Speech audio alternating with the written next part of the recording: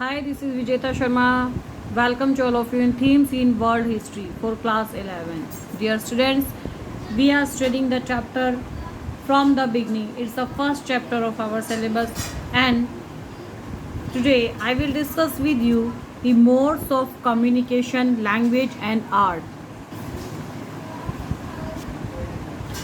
तो बेटा modes of communication language and art of ape man यानी आदि मानव किस तरह से एक दूसरे के साथ कम्युनिकेशन करते थे, उनके संचार के माध्यम क्या थे, क्या उनकी भाषा थी और साथ ही साथ किस तरह से वो कला, उनकी जो आर्ट थी वो क्या थी। इस सारी चीज़ों के बारे में हम आज डिस्कस करने वाले हैं। ठीक है बेटा, among living beings it is human alone that have a language. आप सभी को पता है कि जितने भी ह्यूमन बीइंग्स हैं, लिविंग बीइंग्स हैं, इनमें केवल और केवल मानव के पास बोलने की क्षमता है। अब ये क्षमता, ये कैपेसिटी कैसे आई? There are several views on language development.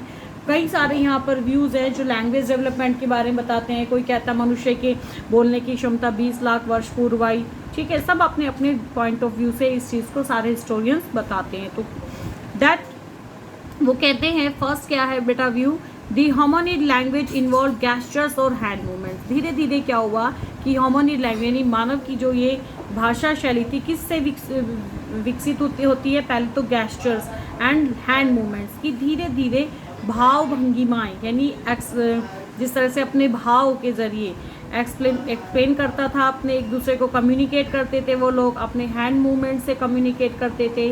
ठीक है, फिर उसके बाद में क्या होने लगा, जैसे जैसे स्पोकन लैंग्वेज ये जो एक प्रोसेस था ये बढ़ता चला गया और ये लैंग्वेज का प्रोसेस बन गया, वोकल हो गया, बट नॉन वर्बल कम्युनिकेशन था। अब भी शब्द इसमें शामिल नहीं थे, इशारों से, अपने एक्सप्रेशन से ही ये लोग एक दूसरे के साथ कम्युनिकेट करते थे। ठीक है, एज ए सिंगिंग और ह्यूमिंग।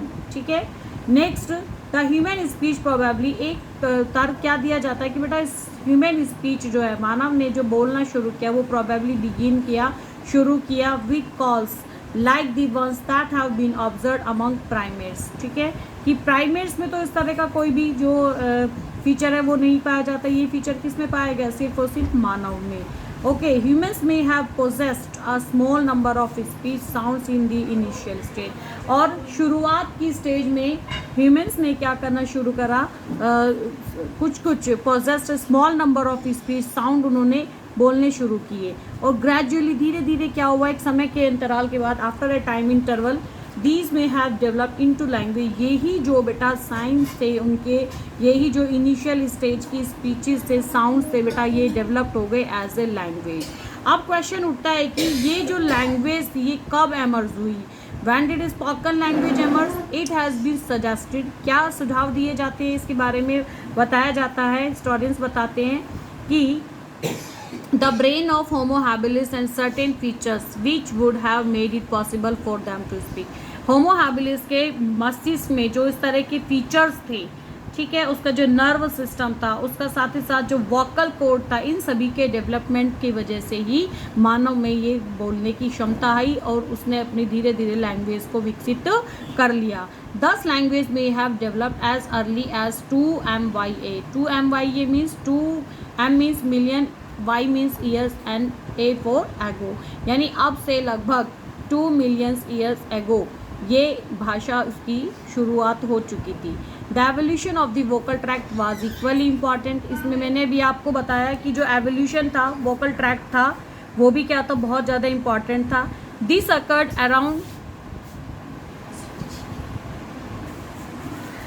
तो बेटा 2 million years ago, it means around 2 lakh years ago. अब से लगभग 2 लाख साल पहले क्या करना शुरू किया? मानव ने बोलना शुरू किया। It is more specifically associated with modern humans. और ये जो मॉडर्न ह्यूमन है यानी आधुनिक मानव है, इसी में ये क्षमता जो थी बोलने की आई। ऐसा माना जाता है हिस्टोरियंस के द्वारा। ठीक है, एक थर्ड सजेशन है बेटा is that language developed around the same time as art. जैसे जैसे, तीसरा सजेशन हिस्टोरियंस क्या देते हैं, वो कहते हैं कि जैसे जैसे लैंग्वेज का डेवलपमेंट हुआ वैसे वैसे आर्ट, यानी आर्ट और लैंग्वेज, मनुष्य ने बोलना और कला, चित्रकारी, पेंटिंग सभी एक साथ, दोनों एक साथ ही सीखी।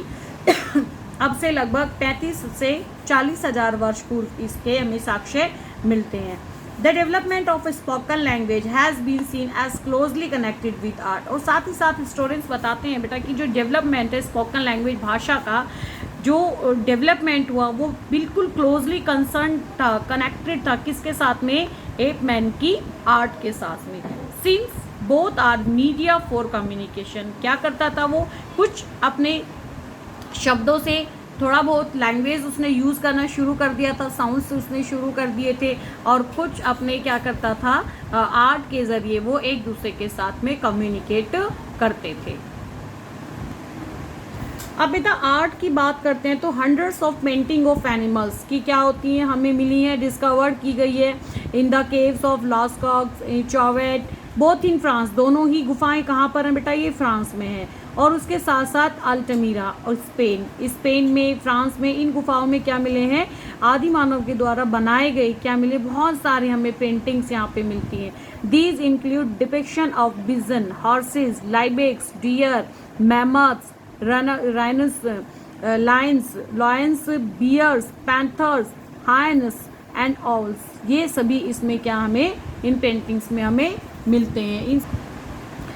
ओके तो यहाँ पे बेटा हमें क्या क्या मिलता है, जैसे मैमथ मीन्स विशालकाय जानवर, फिर गैंडे, शेर, भालू, तेंदुआ, ठीक है, उल्लू एटसेट्रा, ऑल्स, इन सभी के हमें चित्रकारी यहाँ पर इन गुफाओं में मिलती है एज ए एविडेंसेस। मैंने चैप्टर के शुरू में आपको बताया था आर्कियोलॉजिकल सोर्सेज ही हैं जिनसे हमें मानव के उस समय के प्राग इतिहास के बारे में जानकारी मिलती है। उसमें हमें केव पेंटिंग्स, उसके द्वारा बनाए गए टूल्स, इन सभी चीज़ों से उसके बारे में जानकारी प्राप्त होती है। तो बेटा ये जो केव पेंटिंग्स हैं all are the important source of information of ape man, ठीक है। बेटा more questions have been raised than answered regarding these paintings. For example why do, कई सारे क्वेश्चंस इन पेंटिंग्स को देख करके दिमाग में उभरते हैं कि why do some areas of caves have paintings and not other, कि हमें कुछ विश्व के कुछ हिस्सों में जो आर्कियोलॉजिकल साइट्स मिली हैं आदि मानव की, जहाँ से उसके एविडेंसेस मिले हैं, वहाँ कुछ साइट्स पे तो बेटा हमें पेंटिंग मिलती हैं और कुछ साइट्स पे हमें पेंटिंग्स नहीं मिलती हैं। Why are some animals painted and not others, यहाँ पर कुछ ही एनिमल्स की पेंटिंग क्यों बनाई गई है जबकि दूसरों की नहीं बनाई गई।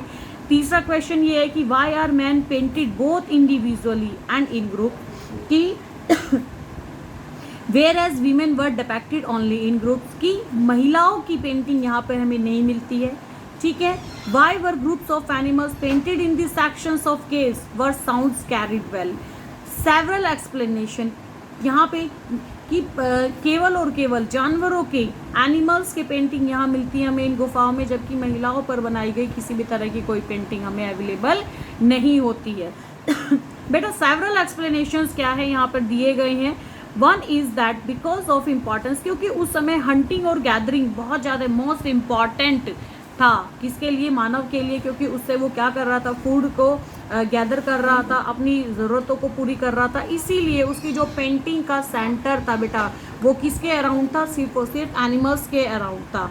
This the act of painting could have been a ritual और टू एंश्योर सक्सेसफुल हंट, साथ ही साथ एक यहाँ पे क्या हो सकता है, एक रिचुअल की तरह से इसको प्रेजेंट किया हो सकता है, कि प्रेजेंट करते हो वो लोग कि सक्सेसफुली हंटिंग के लिए, इंश्योर करने के लिए, मोटिवेट करने के लिए। अनदर एक्सप्लेनेशन क्या दिया जाता है बेटा, another explanation offered is that these caves were possibly meeting places for small groups of people और लोकेशंस फॉर ग्रुप एक्टिविटीज। कुछ हिस्टोरियंस ऐसा अंदाज़ा भी लगाते हैं कि ये जो है बेटा जहाँ जहाँ इन केव्स में पेंटिंग पाई गई है ये एज अ सेंटर भी हो सकते हैं, कि ग्रुप एक्टिविटी, छोटे छोटे ग्रुप में लोग यहाँ पर ग्रुप एक्टिविटीज़ में शामिल हुआ करते होंगे, ठीक है। ये सभी क्या है, अनुमान लगाए जाते हैं। These groups could share hunting techniques and knowledge, और ऐसा हो सकता है कि यहाँ पे ये लोग हंटिंग टेक्निक्स और नॉलेज को शेयर करते हो।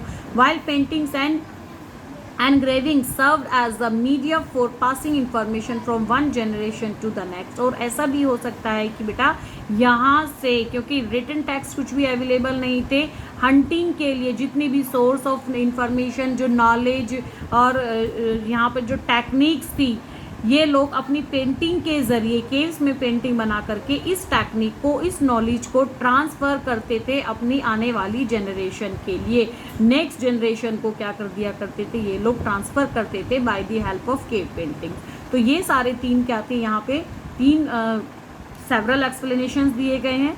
The above account of early societies has been based on archaeological evidences. हमने पहले भी बताया कि जितने भी अकाउंट है अर्ली सोसाइटीज़ के बारे में हमें आर्कियोलॉजिकल एविडेंसेस से मिलते हैं बेटा। Clearly there is much that we still do not know. हालांकि ऐसा वहाँ पर बहुत कुछ था जिसके बारे में अभी तक भी हम नहीं जानते हैं, ठीक है। As mention at the beginning of this chapter, हमने चैप्टर के शुरू में भी आपको बताया था कि hunter gatherer societies exist even today, क्योंकि आज भी हमें इंडिया ही नहीं वर्ल्ड के सभी जगहों पे क्या मिलती है, हंटर गैदर सोसाइटीज़ की अवेलेबिलिटी मिलती है। आपने 10th क्लास में एग्रीकल्चर चैप्टर में हमने जूम एग्रीकल्चर के बारे में आपको पढ़ाया। उस जूम एग्रीकल्चर यानी शिफ्टिंग एग्रीकल्चर में भी यही लोग क्या हैं, शामिल होते हैं, ये हंटर, ठीक है। और can one learn anything about past societies from present day Hunter gathers? क्या हम जो हमारी पास्ट में सोसाइटीज़ थी, पुराने समय में जो ये अर्ली सोसाइटीज़ थी, हंटर गैदरिंग सोसाइटीज़ थी बेटा, क्या वही हंटर गैदरिंग सोसाइटीज़ आज तक भी कंटिन्यू कर रही हैं? और क्या उनसे आज की हंटर गैदरिंग सोसाइटीज़ से हम पुराने समय की हंटर गैदरिंग सोसाइटीज़ की कुछ जानकारी ले सकते हैं? This is a question we will address in the next section. ये एक क्वेश्चन है बेटा जिसको हम नेक्स्ट अपनी वीडियो में इसको हम क्या करेंगे, डिस्कस करेंगे। Okay, till then have a good day, thank you.